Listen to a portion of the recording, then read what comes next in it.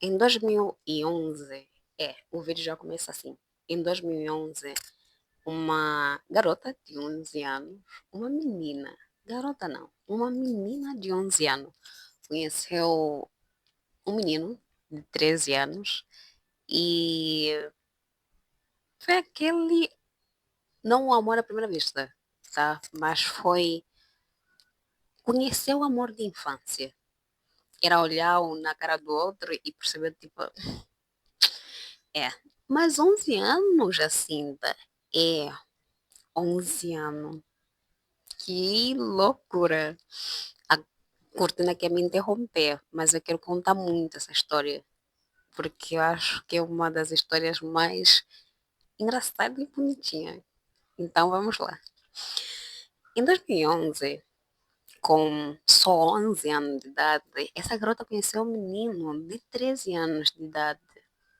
E com isso se criou ali, desculpa, com isso se criou ali um- uma amizade. Uma amizade que perceptivelmente tinha alguma coisa a mais. Mas eram criança. Como é que eles iriam descrever isso? Criança não tem pudor. Crianças são descaradas, crianças são muito expressivas, principalmente porque ainda não entenderam que quando você é adulto você precisa se podar.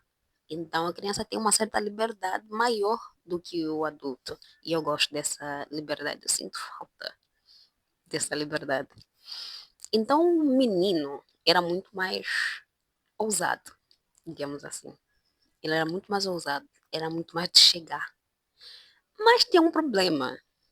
Normalmente, quando você é criança e gosta de alguém, você não necessariamente vai chegar à pessoa e dizer eu gosto de você. Por mais que é perceptível que você gosta dela. E então, se criou ali uma briga, digamos assim. Era a menina dizer que não gostava dele. Porque ela achava que o menino se achava muito. Sabe aquele menino que perceptivelmente a família tem bens e todo mundo ficava na cola dele. E aí você fala, nossa, tá se achando. E só porque as meninas seguiam ele, ele achava que ela também seguia. Ela gostava dele, gostava. Mas ela vai jurar pro resto da vida que não gostava. Então, essa menina pegou ranço dele, porque ele se achava muito. Era horrível. Coitado, não fazia grande coisa não. Mas criou-se essa coisa, essa atmosfera de que um não gostava do outro, quando todo mundo, os amigos ao redor, percebia que existia ali alguma coisa a mais, até porque era muito escancarado. E sem muita delonga, assim, sem muito me alongar, ao longo do tempo foi se concretizando de que um aceitava o facto de que sim, um gostava do outro. Sim, eu sinto alguma coisa por essa pessoa. E eu não sei se ocorre em todo mundo, se ocorre em todas as famílias, em todos os lugares, mas aqui em Angola, sim, eu sou angolana. Aqui em Angola, acho que muito mais antes, né? Não sei se hoje em dia ainda ocorre, mas os vizinhos, por serem muito próximos, e principalmente se os pais são muito próximos, têm essa mania de falar nora, minha nora, entendeu? Minha nora, meu gerro, ok, meu gerro. E criar essa coisa. E eu até certo ponto acredito que seja algo totalmente normal e, né, faz parte da convivência do dia a dia de todo mundo e estava tudo bem. Mas tem uma coisa que aconteceu, eu estou a pancar aqui, mas tudo bem. Tem uma coisa que aconteceu nesse meu tempo da convivência desses dois meninos, que é comprar isso como uma ideologia verdadeira. Porque a mãe dele chamava ela de Nora e a mãe dela chamava ele de Gerro. Então comprou-se a ideia de que sim, é uma verdade absoluta de que você vai ser meu marido e eu vou ser sua esposa. Pelo menos na concepção de hoje em dia, assim, olhando para a história, na concepção das mães, não era necessariamente de que seria uma verdade absoluta, de que quando você crescer, você vai ter que casar com o fulano. Quando você crescer, a sua esposa vai ter que ser a fulana. Mas os dois compraram como isso, como verdade absoluta. Então, o que sucedeu foi que inculcou-se na cabeça de que isso tende a ocorrer no futuro. É uma história longa, porque começou com 11 anos. 11, 13 anos, crianças. Concepção sobre a vida, sobre responsabilidade afetiva, era extremamente limitada. Então, esperar que o outro cumpra a expectativa daquilo que se criou hoje em dia, como adulto, é uma questão muito rígida, certo? Mas assim sucedeu.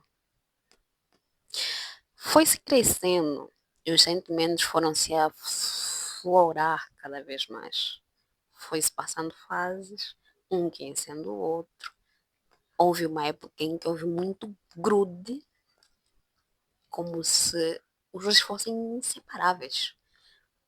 E aquele sentimento, aquele romance de adolescente, de criança, foi indo se tornando algo muito grande.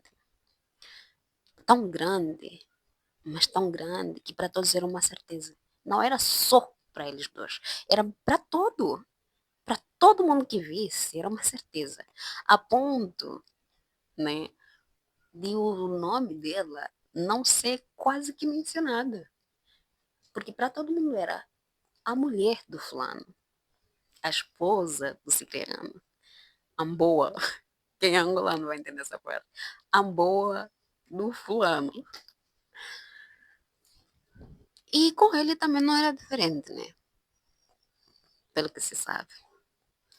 Mas nós estamos a falar sobre uma história que começou muito cedo. E eu acho que as coisas mudam, o sentimento mudam, coisas acontecem. E se falarmos de nós? E se falarmos de nós? Parece que eu contei errado a história. E talvez um pouquinho embaraçada. É, é proposital. Agora imaginemos o cenário. Esses dois meninos que cresceram junto e que criaram essa ideologia, hoje em dia não se falam mais. Não tem contato, não tem repertório de vida em conjunto. E já perderam contato, vai lá caminho de 6 anos. Quer dizer, 6 anos não mais, né? Mas é praticamente nesse limbo de ocorrência. Em um determinado momento, quando ainda adolescentes, adolescentes entre aspas, né? Ele já com os seus 19 anos e ela com os seus 17, houve uma briga generalizada, que é muito mais séria, obviamente, é muito mais sério. Questões extremamente sérias. hum, mas houve essa briga, que não era só uma questão de ser ou não criança, era uma questão muito além, porque saiu-se de assuntos e pensamentos de criança para algo de adultos. Era uma decisão séria que poderia mudar destinos. Mudou destinos. Então, nessa discussão, houve uma separação. Um num país diferente do outro. É, um num país diferente do outro. Passado 3 anos, sem ver a cara um do outro.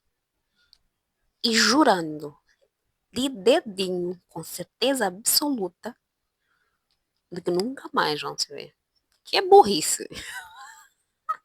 Vamos combinar que é burrice, porque parede não se encontra mais pessoas, as pessoas se encontram. Você pode não encontrar alguém, sei lá, num período de tempo que você gostaria, mas em algum momento da vida o destino traz de volta, só para resolver o que não foi resolvido, né? Eu estou a contar tudo de forma embaraçada, de propósito, eu vou deixar isso claro. Mas aí, o que vem a seguir é. Eu não gosto muito de falar sobre isso. Mas, se vocês quiserem, eu posso vir cá nesse canal e contar de forma mais sequencial, de forma mais, né, organizadinha. Ou você vai ter que esperar eu terminar o livro. É baseado em fatos reais. São acontecimentos reais. Coisas que ocorreram. Eu tenho só 25 anos, mas eu às vezes olho para trás e penso que eu já vivi uns negócios assim meio.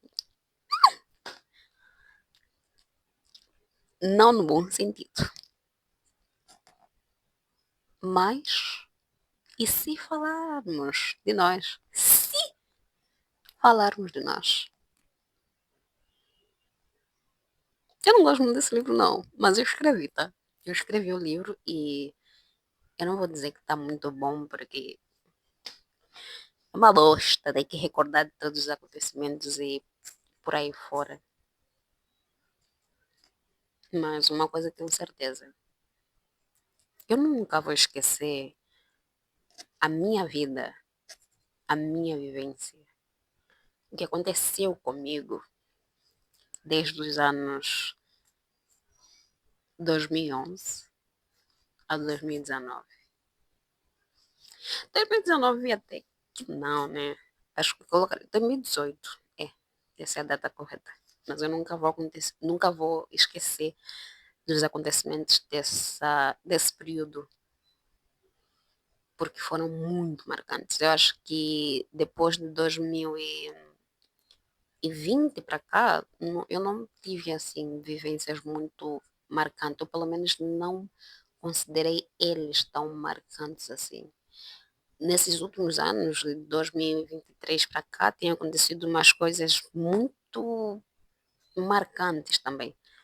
Mas eu acho que nada é tão marcante na vida de alguém quanto os primeiros acontecimentos, quanto os primeiros aprendizados. Essa é a melhor frase que eu poderia usar aqui. Quando os primeiros aprendizados. Aprendizados. Gente, minha boca tá, né, tá errada.